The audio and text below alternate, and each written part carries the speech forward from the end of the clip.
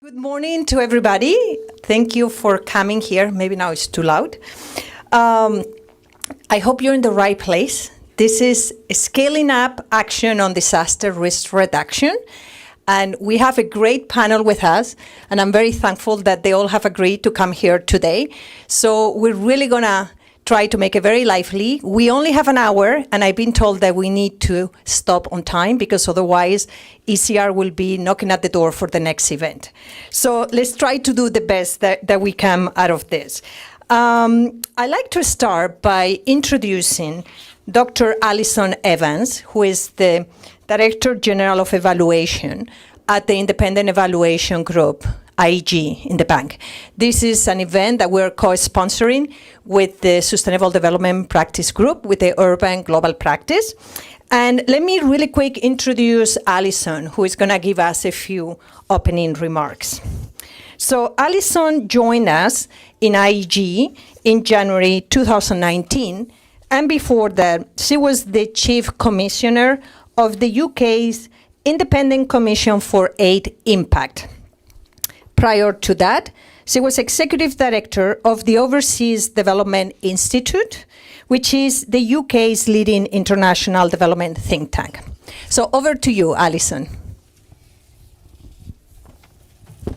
Thank you very much. Really great to see you all here, and particularly nice to have an event like this in person, and also to be amongst such a distinguished panel of speakers. So I don't think anyone here needs convincing that the risk of disasters linked to natural hazards are incredibly real, whether that is unprecedented flooding, earthquakes, drought, heat, or cold. These hazards have always been with us, but are now well understood to be intensified in scale and severity by climate change. The recent unprecedented and tragic flooding in Pakistan offers especially stark evidence of the intensified threat from natural hazards. Natural hazards may occur anywhere, but the loss of life and livelihood associated with them is significantly magnified and disproportionately felt in low-income countries and in those geographies already vulnerable to the multiplying stresses and shocks associated with global heating. Mitigating the risks of these disasters is critical for saving lives and livelihoods, and we need to do that now. But we also need to build resilience and well-being in the face of future shocks. And the good news is that investments to reduce the risk of disaster from natural hazards do work and can deliver clear dividends for people and economies. Evidence confirms that investments in resilient infrastructure have a strong positive net present value for every dollar invested. When countries rebuild infrastructure after disasters to be more resilient, it can reduce the impact of future disasters by as much as 30%. Yet, between 2010 and 2019, only around 4% of global overseas development assistance was linked to disaster work and was linked toward prevention and preparedness for disasters coming from natural hazards. And this, of course, reflects, in part, the many competing priorities for ODA, and the many competing priorities bearing down on already impossibly overstretched government budgets. So how can these priorities be reconciled in favour of urgent action for disaster risk reduction? And how can the case for scaling up the support be made convincingly? A recent evaluation undertaken by my group, the Independent Evaluation Group of the World Bank Group, examined a decade's worth of World Bank support for reducing disaster risks caused by natural hazards to inform the World Bank's scale-up of its support to climate change adaptation. And the evaluation finds that the World Bank has a strong track record of building the necessary evidence of risks, on costs, on benefits, to influence the uptake of disaster risk reduction by borrowing countries. It also finds that disaster risk reduction is everyone's business, and that World Bank investments made better progress when focused on ministries of finance and critical line ministries rather than disaster agencies alone. And on that note, I'm glad to see Minister Tonella joining us today to join the discussion from the perspective of a Ministry of Finance. The evaluation evidence also confirms the importance of sustained engagement and finding the right entry points to move from an approach emphasising response and reconstruction to one emphasising mitigation and reduction of disaster risks for the longer term. But most relevant of all for today's discussion, the evaluation also found evidence of the power of moving beyond isolated project interventions to put countries on a pathway towards more transformative change. And this requires doing the hard work of strengthening institutional capacities, of designing and putting in place new policies, and building a systemic approach, often using multiple instruments and interventions to building resilience across critical infrastructure and service delivery. This is no small agenda, but one that ultimately pays off in saved lives and more resilient, climate-compatible livelihoods. And this is what we're here to talk about today. Thank you so much for joining us, and now I'm going to pass back to Carmen to moderate the discussion. Thank you. Thank you, Alison, for setting up the stage so nicely. And now, before we go into the panel discussion, I would like for all of us to take a few minutes to watch a very short video that it really shows the challenge of what disaster is imposing in all of us, but it also shows some outstanding efforts that we have been doing. So, to the video now.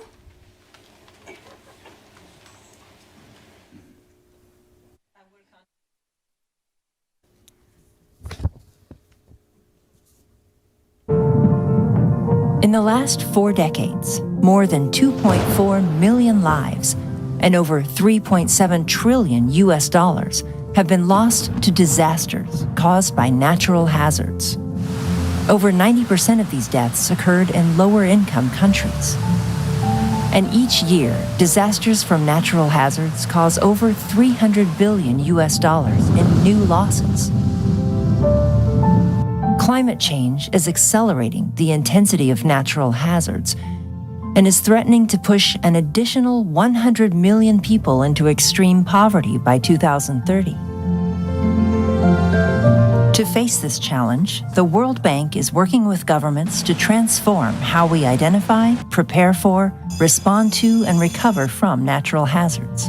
A recent major evaluation found in the last 10 years, the World Bank, strongly supported by GFDRR, tripled its support for disaster risk reduction and approved billions of dollars of investments in over 1,000 projects across 100 countries.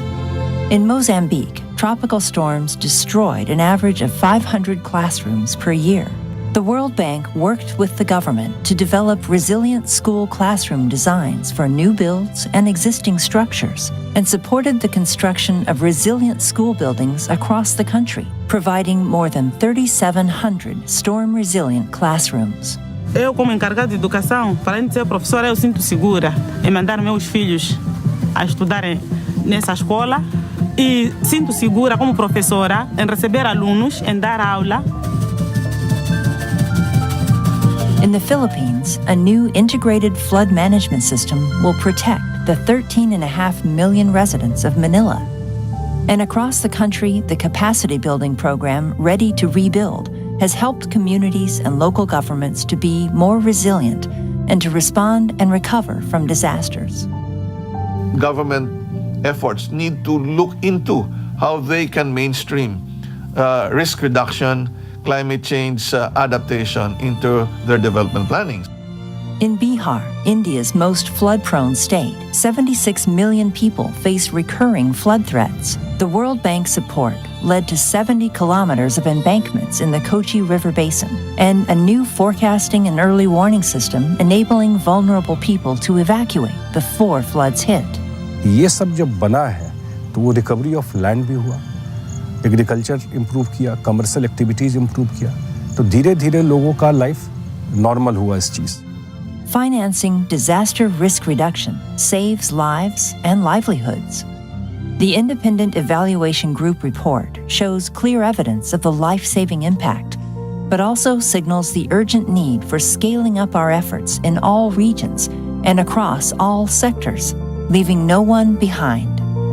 How can we work together to build long-term resilience, support the most vulnerable, and help our world to adapt and thrive?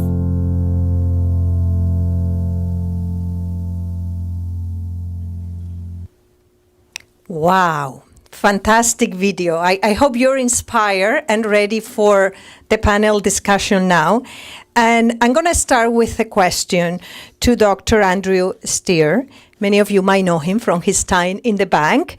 Dr. Steer is currently the president and the CEO of Bezos Earth Fund. And before that, he was the president and CEO for 8 years of the World Resource Institute.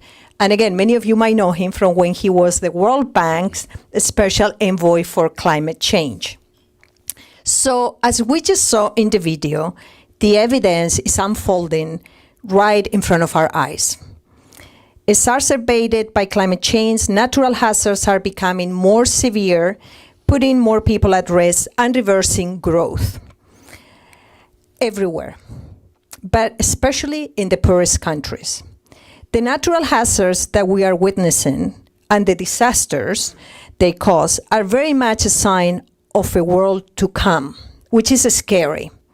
So, Andrew, what will it take for countries and for the international community to be prepared for this new world that is coming? Great. Well, look, thank you very much, Carmen. Thanks for the opportunity to be here. Alison, thanks for the work you're doing and the wonderful report that your team wrote. The bank is part of a major shift in the way we think about these issues. I was living in Jakarta as the World Bank country director on the 26th of December 2004 when the tsunami hit. More than 200,000 lives were lost in Aceh. I went up there more than 30 times in the next 18 months. I think we responded as well as we possibly could. But to be absolutely honest, there weren't the expertises that we could call upon. We simply didn't have the professionalism as how to respond. And this was just a response, let alone build back better, so to speak. So I think we did a good job, and I think that actually led to all kinds of progress. But it's a different world now. It's a different world in two senses. One, the capacity that organizations like the World Bank and some of the other organizations have is just much, much richer. Second, of course, the problem is much greater. We won't necessarily have more tsunamis, but we certainly will have more extreme weather events. Climate change didn't cause Hurricane Ian 3 weeks ago, but it almost certainly made it much stronger. Probably was 1 or 2 levels of intensity higher. And science can now tell us that. If the water is warmer, if the air is warmer, more water will be absorbed and winds will be stronger.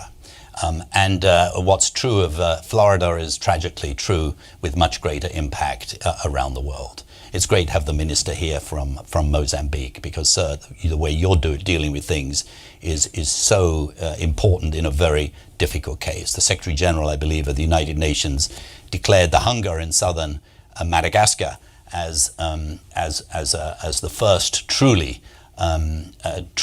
sort of a demonstrated climate disaster that we've had. So what do we need to do? Well, what we can't do is keep going the way we've been going. We simply will not have the resources to keep responding. I had the privilege of being Director General at DFID when we were responding incredibly generously to disasters as they happen. We simply can't do that because there's going to be a lot more of them. So we've got to do the kind of prevention anticipatory issues. Over the last 10 years, the introduction, for example, of parametric disbursement techniques has been a major breakthrough. But that, if you like, was phase 1. That says when the wind reaches a speed of 100 kilometers an hour, we disperse money. That was an incredible breakthrough. The bank was pretty central in that whole thing. That's now fairly standard.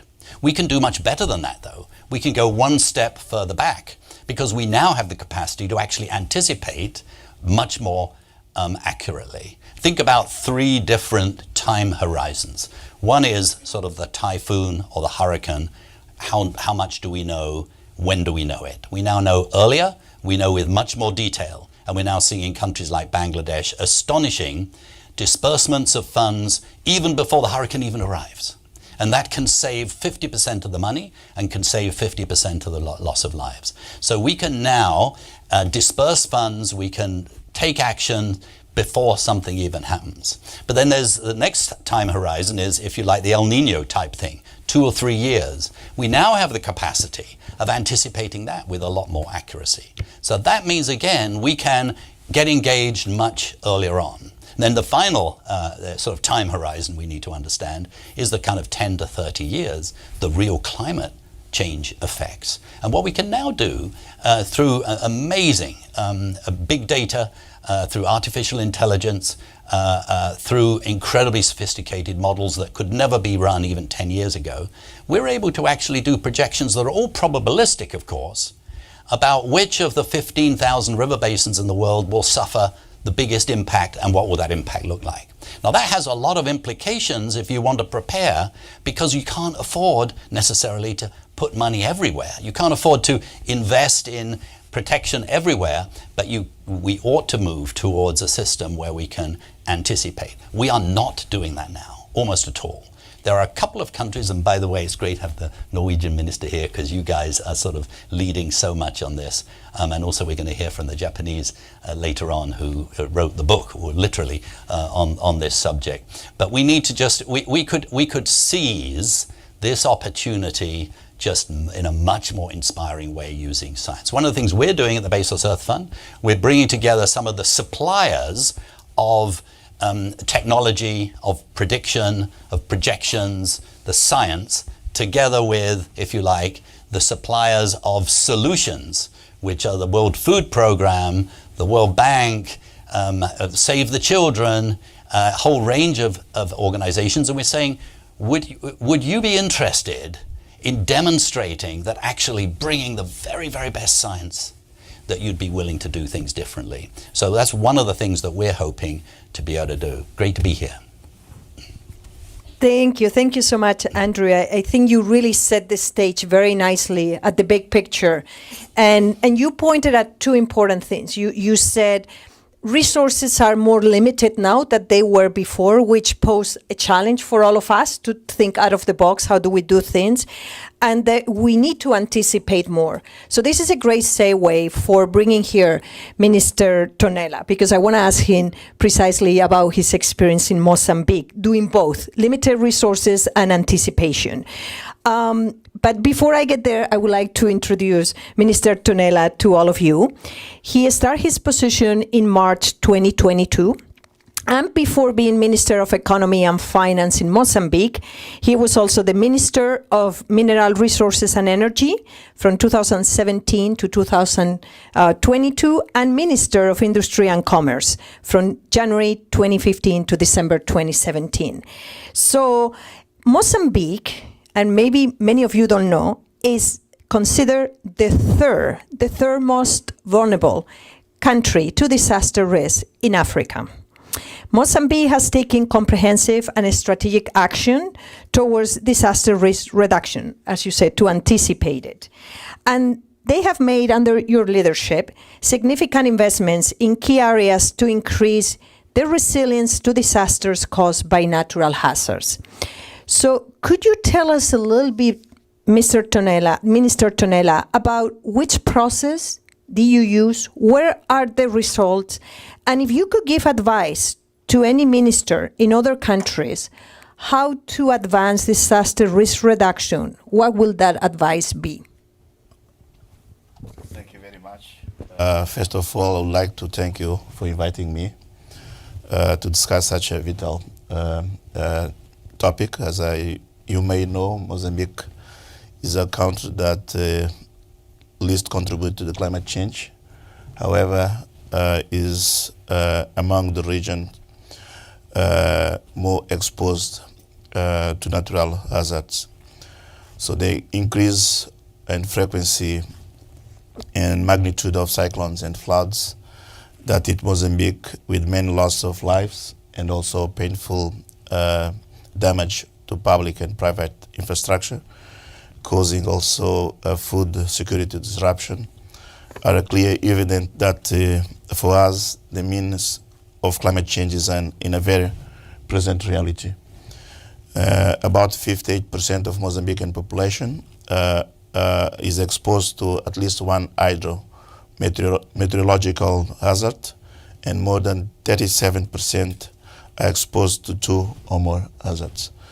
And one of the main challenges we have is the ability to adapt and recover from the multiple effect of natural disasters due to lack of resources. That's why, in our view, there is no other way to go rather than to step for climate change adaptation and build resilience. And we are implementing a series of reforms aimed at improving our capacity to deal with prevention, build resilience, and strengthen social and financial protection against the impact of climate change-related disasters.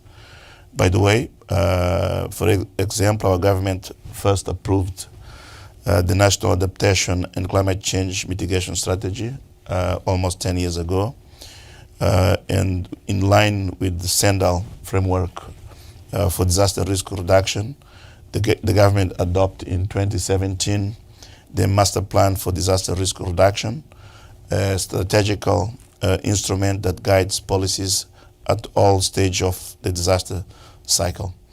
In same year, a disaster management fund was created and includes among the fund's revenue scheme allocation of a percentage of the state budget as a contribution from the government, as well as a contribution from private sector and corporation donors. Most recently, the financial protection component was improved with the strengthening of a legal framework and approval of the Disaster Financial Protection Plan in the course of 2022. And within this context, and with support of World Bank, Mozambique has initiated the development of a financial protection agenda against disaster, which includes a risk retention and risk transfer mechanism, such as insurance, and we are at a very advanced stage in contracting the first sovereign insurance package that should be concluded before the end of this year. In addition, we are further exploring opportunities related to contingency loans, which could allow us to rapidly trigger the release of credit in aftermath of a disaster event.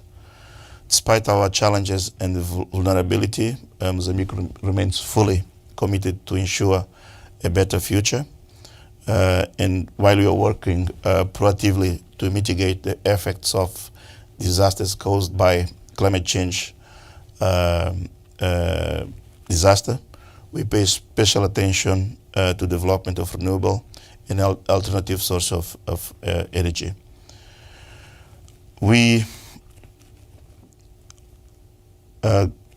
There's a few numbers of recommendations you can share with countries trying to advance in the same direction.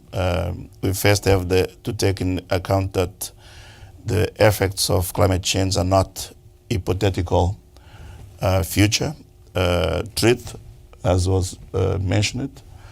And in this regard, climate change and disaster reduction are not a choice, but an imperative.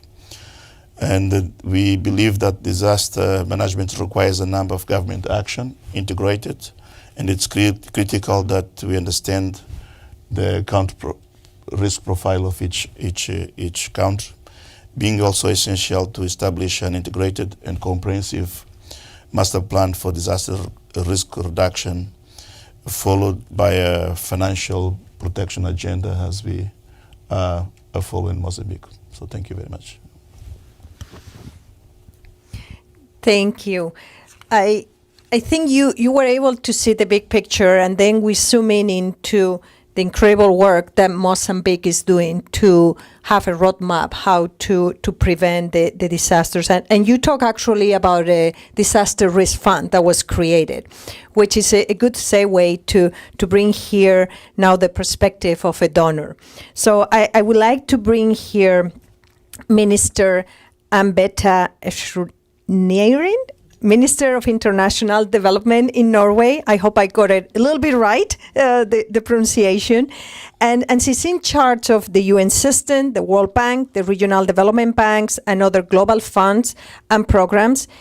And in addition, she's the Minister for Nordic Cooperation and responsible for NORAD, NOREC, and NORFAN.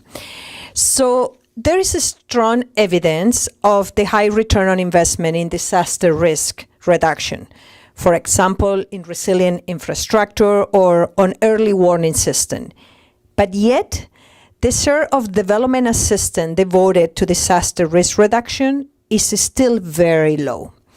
So, what do you think development priorities should be? So how can development priorities shift in the face of a greater risk of disasters as we're seeing from natural hazards? Thank you, and thank you for convening this meeting and putting this at top of the agenda. I feel that priorities have shifted with most donors. I really feel that, but there is still the issue of financing, and there is the issue of finding smart ways of working and doing this in practice. And the reason why I say that priorities are or have shifted, at least I can say that on behalf of my own country, that is because we see that we are, past achievements are lost and future development efforts are undermined because of natural disasters. So we have been forced to shift our priorities. But in terms of finance, we're moving up to COP27.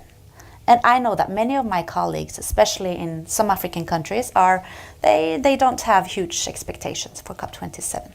And that is a great worry. At least for the Norwegian, speaking for Norway, we have said that we will deliver on doubling our climate finance by 2026. But more importantly, and this is my main point, we want to triple financing for climate adaptation. And we need to push that agenda a lot more among the donors, because financing climate adaptation is fighting poverty.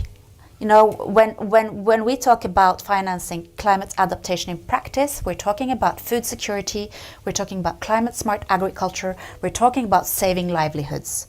So poverty reduction and climate adaptation is just two sides of the same coin. Now we have to work differently, and it's easier said than done. Now what we have to do is streamline climate adaptation into all our programs, no matter what topic, what sector we're working on. I think we are getting ahead on that. And what is really helpful, and some of you mentioned it, is that we need to put a price on not adapting, quantifying that cost. And that, we need a model to do that. I'm not an economist. I have no idea how to do it, but I'm sure, people are working on that. And that is very, very helpful. And it's very, very helpful for ministers like me when talking to the ministries of finance, etc. So that's useful. Andrew spoke of science. We have the science here. I'm not so sure that we have the flexibility among the donors to really use the knowledge. And that brings me to Nexus. Because we all agree, and Nexus is such a buzzword, how to connect humanitarian assistance and long-term developments. We all agree to do it, but we haven't really untangled the knot. I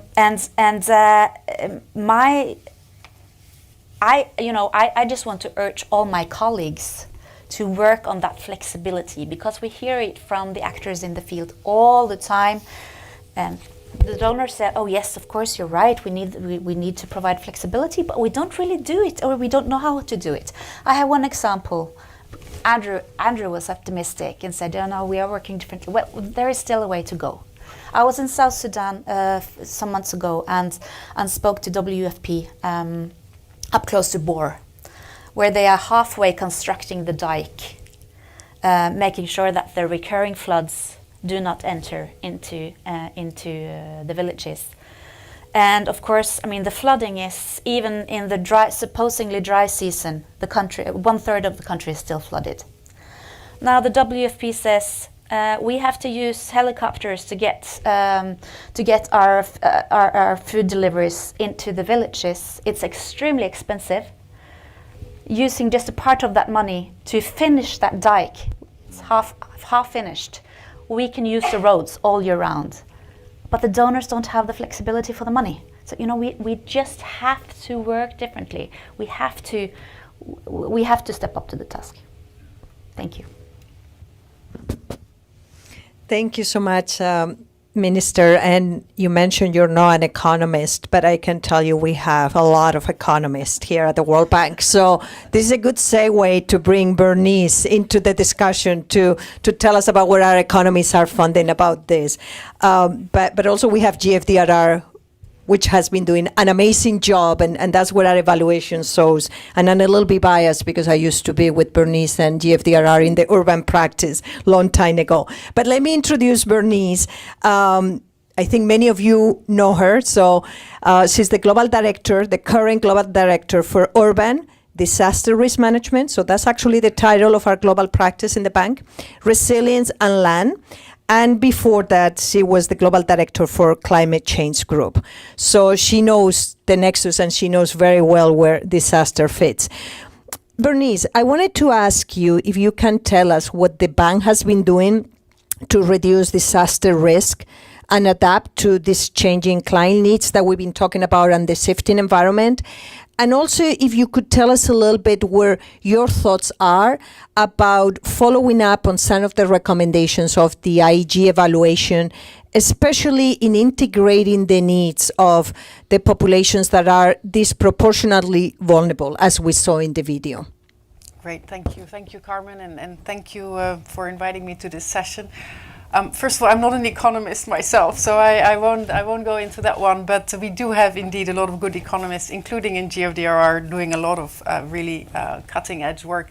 And of course, we've introduced over the last year our country climate and development reports, which are exactly doing that at each country level, looking at what are the economic impacts over the medium and long term of not adapting to climate change and really costing that, so that we can have that conversation with ministries of finance. So we're rolling these out across all of our client countries. So it's exactly the kind of thing that you're looking for. To come back to your question, Carmen, I think Andrew referred to it. No, when you were country director in Indonesia in 2004, tsunami hit. The bank really didn't have the expertise. Though we did reconstruction. It's in our title, right? IBRD, the International Bank for Reconstruction and Development. We forget the R there sometimes, but we did a lot of reconstruction. We really didn't think much about disaster risk reduction or indeed building back better. No, and I think lessons from obviously major disasters like the Indian Ocean tsunami, the Eastern Japan great earthquake and tsunami, but of course many other disasters, hurricanes in Central America, in the Caribbean, in the Pacific, in the Africa region.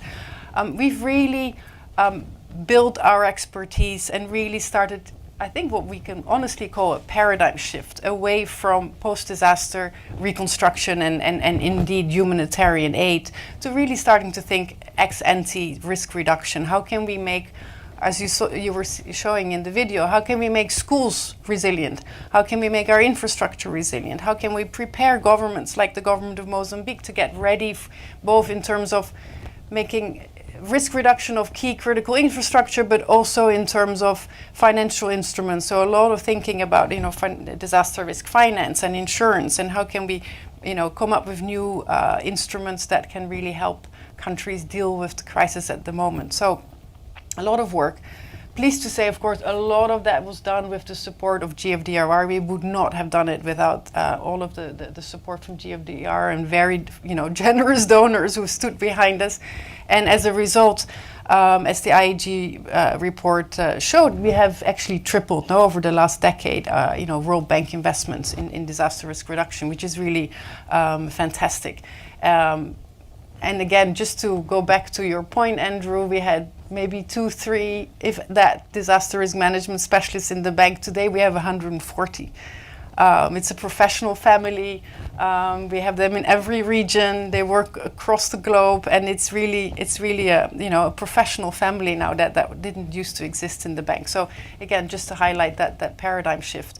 Having said that, there's still a lot to do, of course, as the IEG report also, we can't sit on our laurels. We've heard a lot about the impacts of climate change. We know it's only going to get worse. We know that the extreme weather events are going to just keep coming at us. So we'll need to be there. There's constant work to keep increasing our mainstreaming of this agenda in other sectors, whether it's in the healthcare sector, you name it. We're really looking at, resilient energy systems, etc. Really trying to mainstream this work. And then some of the other recommendations that the report came out with was really also we need to continue to look at issues of inclusion, for example. No, so whilst a natural disaster is gender neutral, right? In and of itself, the impacts of it are not. No, they are obviously impacted by, the gender dynamics in the society where that disaster is happening. So we're doing quite a lot of work around, things like early warning systems. Do women have access to early warning systems? Even simple things like the design of a disaster, of a shelter. Like if there's no separate bathrooms for women in the shelter or spaces where women can safely stay, you'll find that women don't end up going to the emergency shelters in times of disaster. So it's really a lot of thinking through how we can be more inclusive. Of course, disability comes into that as well. So a lot of work, exciting work, some of it basic things like just the simple design of a shelter, but all the way to how do you ensure that women have title to their land. So after a disaster, they can still, access, they can get, loans, etc. Because they actually can show that they own that property to begin with. So a lot of work around that. And then the other recommendation, and this will be my final, the final thing I just wanted to mention, is a lot of work that we've started in the last few years. Again, going back to that nexus, like how do we work better with what we call our FCV colleagues? Now these are the colleagues working on fragility, conflict, and violence, working in fragile states. What we find is that climate change and natural disasters are sort of often tipping points there, really work as an amplifier of underlying fragility and conflict. So to the extent that we can work in these countries, work together to reduce the disaster risk, will also help with stability and less conflict in the medium and long term. So we're working a lot with them around these issues. And on a very practical level, we have a lot of tools that we've developed in the disaster risk management practice over the last decade that are also very applicable when you're working in a fragile context. So again, there's a lot of overlap and really a lot of space for us to keep working together, and certainly a lot to be done as we move forward to the next 10 years. So thank you. Thank you, Bernice, for the insights and also very clear guidance and a strategy of what the bank is planning to do. As you said, we need to remain positive, but there is still a lot to do, right? It's a huge challenge. So now what I'd like to do is to open it up for questions, because I'm sure you are all very curious. You have seen the big picture. You have seen how it works in a country in Africa. What is the perspective of the donor? What the bank is doing? So please, if you have questions, come to the microphone. If you don't mind, to introduce yourself. And also, if you know to who you want to pose the question to mention it. So let's start with the session of questions. And if you don't have, I have more questions for them. But I'm sure you want to ask questions, right?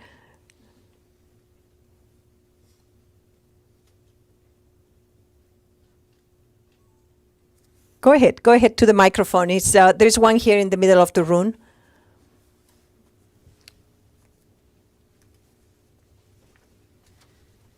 Hi, I had a question for Mozambique in terms of the insurance, sovereign insurance. Does that include any portfolios of catastrophe bonds? And what are you doing there? And again, if you don't mind to introduce yourself so we also know who you are. Thank you. My name's Bianca Taylor. I'm partner at a climate a consulting firm at the cross-section of climate, finance, and policy. Thank you.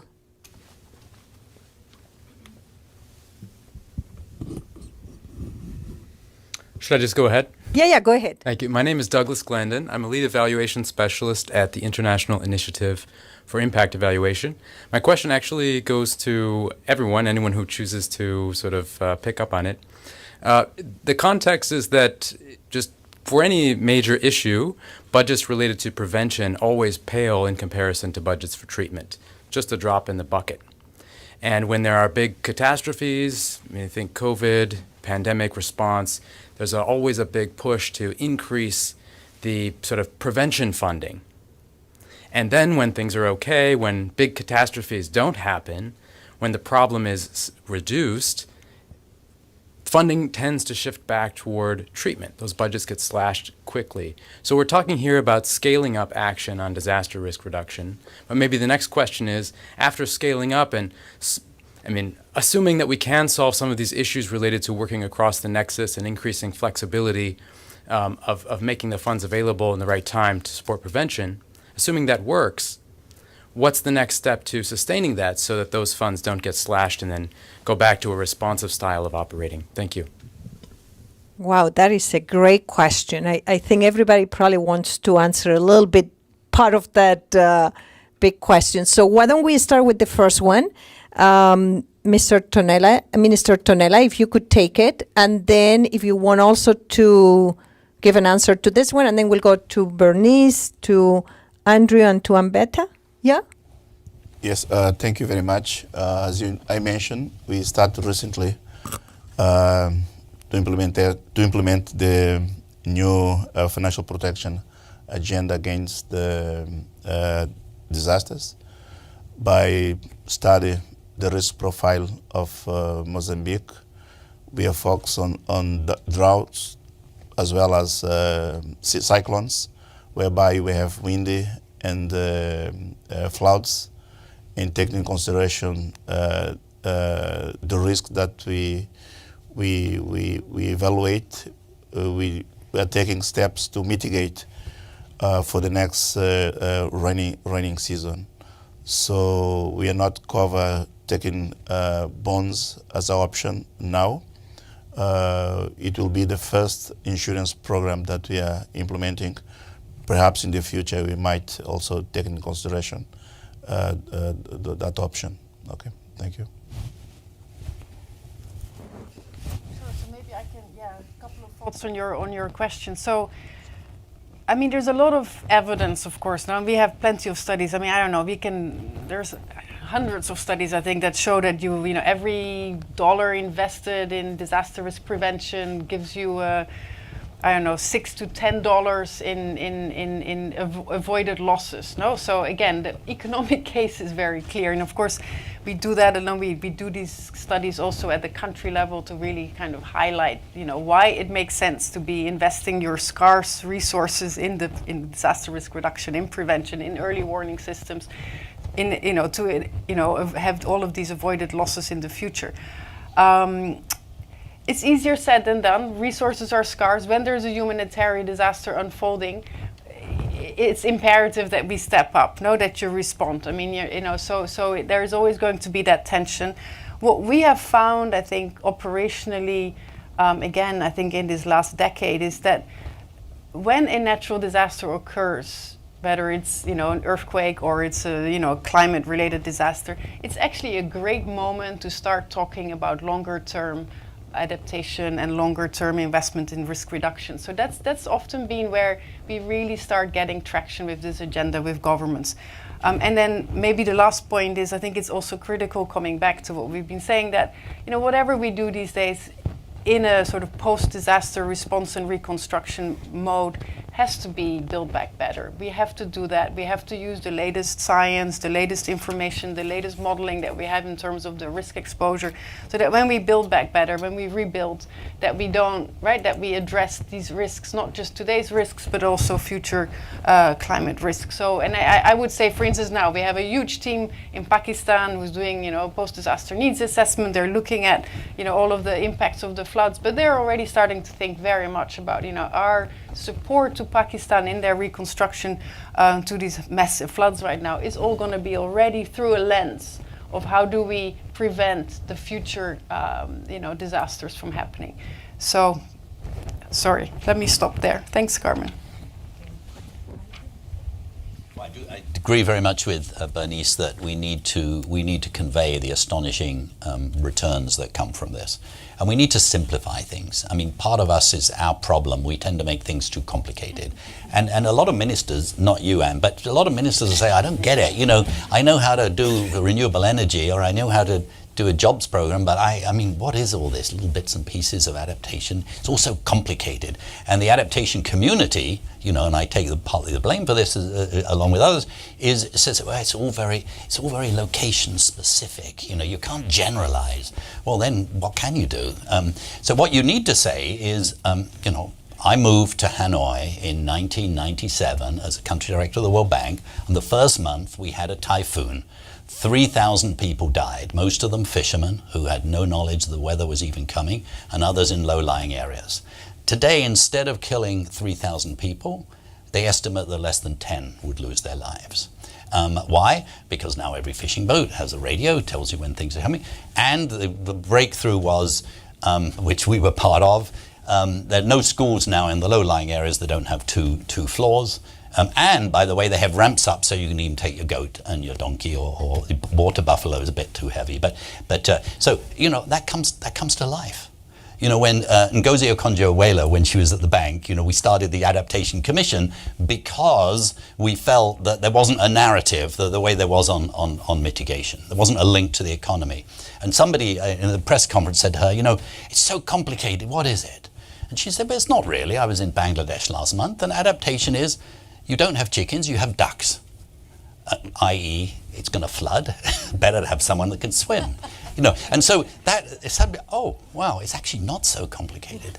But I mean, more seriously, I mean, there is now an emerging set of information that can really inform this. And we have to move away from what, for most of my career, most of the World Bank's career, when we talk about economic development, we just focus on the return, we don't focus on managing risk.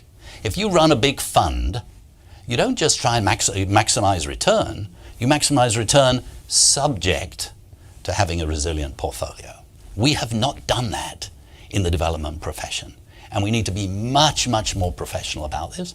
And maybe at times, maybe you'll have temporarily a little less growth, but my goodness me, you'll have a much, much more prosperous future. So we need that mindset change. And I think the way you put it, Anne, was brilliant. We've got to remind people of the cost of not adapting. And I think you're playing the role along with other ministers. We've just got to raise the temperature on this issue. I mean, it's striking, isn't it? You think that yesterday or the day before, we had the shocking Russian attacks. Today, every defense minister is sitting, discussing it in wherever it is, Geneva or wherever they are, including the Secretary of Defense of the United States of America. He went overnight. Exactly. Why? It's that important. Where is that kind of level of attention, given we are 4 weeks away from COP27, for heaven's sake, and it's heading towards a mixed outcome at best? And your story was terrific about the if only you could finish that. Now, in every country, I'm sure they have donor groups working with the government, but most of those donor groups don't have people in them that can make decisions. They have to go back to headquarters, and you have to go back to the World Bank, and my goodness me, we'd have to go to the board, we'd have to get the lawyers involved and so on. Well, good luck then. We won't ever be able to respond the way we need to. We've got to have a totally different way of thinking about things. So let's do it.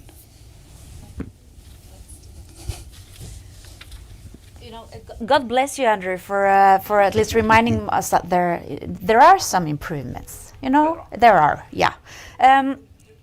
Just an observation as a politician from Europe, because I thought the question on sustainability in financing for preparedness, that was a great question. But just an observation. I mean, we haven't been really good at prioritizing that in Europe or the US either. I mean, at least in my country, it's been a struggle because we've had this kind of a roll-on, roll-off principle that, you know, we just fix the problem when it arrives. We haven't been good at preparing or at prevention at all. But I think we are realizing that we missed out on something, because all of a sudden climate crises are occurring more often on our continent as well. And we are in the midst of a war, and oh my God, all of a sudden we realize that the logistics of international trade is not working. So we say, oh, maybe we have to start talking about preparedness. So let's hope it rubs off into the way we think financing for development as well. Great. So on that note, I know you wanted to ask a question, but if I could ask you, maybe when we finish, you could ask then, because I know we need to wrap it up in the next 5 minutes. So if you don't mind to stay afterwards, thank you so much. So on that note, I want to invite now Vice Minister Kentaro Ogata-san, Deputy Vice Minister for International Affairs in the Ministry of Finance in Japan. He's in that post since July 2021, after serving as the Director of Planning and Administration and after serving as Director of International Organizations in the International Bureau. Thank you, Ogata-san. Thank you very much. Hello, everybody. I'm quite honored to closing this important event. First of all, let me say that we are so pleased that the IEG report have found that the World Bank has a strong track record in assisting the vulnerable countries to take actions on disaster risk reductions. We are proud that such achievement was supported by GFDRR and also the Japan World Bank program for mainstreaming the disaster risk management in developing countries. You know, Japan has focused in this area, as Japan itself has long been exposed to natural hazards and their compounded risks. Just this past summer, we went through extreme heat, as in many other places, and it happened during the surge in the COVID-19 cases. And the typhoons brought winds and floods and the landslides. And of course, we never forget the powerful earthquake followed by the devastating tsunami 11 years ago, which took many lives and destroyed livelihoods. So we know the heartache of losing everything to disasters. And we have ingrained in our culture the importance of building resilience to calamities. So if our sad experience could be useful to others, we would be happy to and very eager to share our expertise. Knowledge sharing is very important, as pointed out. So we are so grateful that the bank effectively assisted us to help others through our strong partnership through the GFDRR. I'm sure that all of you know quite well at the GFDRR, but the GFDRR has been advancing disaster resilience through advocacy and knowledge sharing and operational initiatives. And many of those activities have been funded through the Japan World Bank program for mainstreaming disaster risk management, which was established in 2014 under the management and leadership of the GFDRR. The program, as the name indicates, supports the bank client countries to mainstream disaster risk management, international development planning, and investment projects. Japan is also honored to host the World Bank's Disaster Risk Management Hub in Tokyo. So we have achieved quite a bit through these initiatives. However, as the IEG report notes, much more needs to be done. And the title of today's event shows we need scaling up. The current world is facing multiple overlapping crises. We see climate change, of course, the COVID-19 and conflict, inflation, rising debt, and food insecurities. These global challenges are all particularly impacting the most vulnerable. To make it worse, the past few years have clearly illustrated that the systemic nature of the risks spreading from health to economic systems and to global well-being. Under this severe environment, sustainable development and adaptation have become much harder to achieve. So we need globally coordinated response and integrated and comprehensive action, as Minister Toke mentioned. And I believe that the IDA 20, which means that the 20th replenishment of IDA, is a key example. As noted by the IEG report, again, the IDA is a key vehicle in helping enhance the bank's support for disaster risk reduction. The IDA's priority areas cover comprehensive development agendas, including enhancing resilience to natural hazards, responding to COVID-19 pandemic, and strengthening health system, including through universal health coverage. These priorities resonate quite well with the Japan's own priorities. This historic $93 billion replenishment truly signal, I believe, the global solidarity in solving concurrent crises. Japan is very proud to have hosted the launch event of the IDA 20 last month in Tokyo. So we, the international community, have the responsibility, and arguably we also have a unique opportunity to support developing countries and the necessary investments now that lay the foundation for sustainable, inclusive, and resilient recovery that leaves no one behind, including women, persons with disabilities, and those in fragile and conflict-affected situations. We need to keep improving our assistance. So today's event has provided great insights. It is also timely that the next year marks the midpoint in implementing the Sendai framework to address disaster risks. Japan, once again, is committed to working with the World Bank, GFDR, and our partners around the globe to support developing countries enhance preparedness by strengthening their emergency response capabilities to manage large and multiple compounding risks. Thank you very much, and I'm looking forward to working closely with you on this important global endeavor. Thank you. Thank you.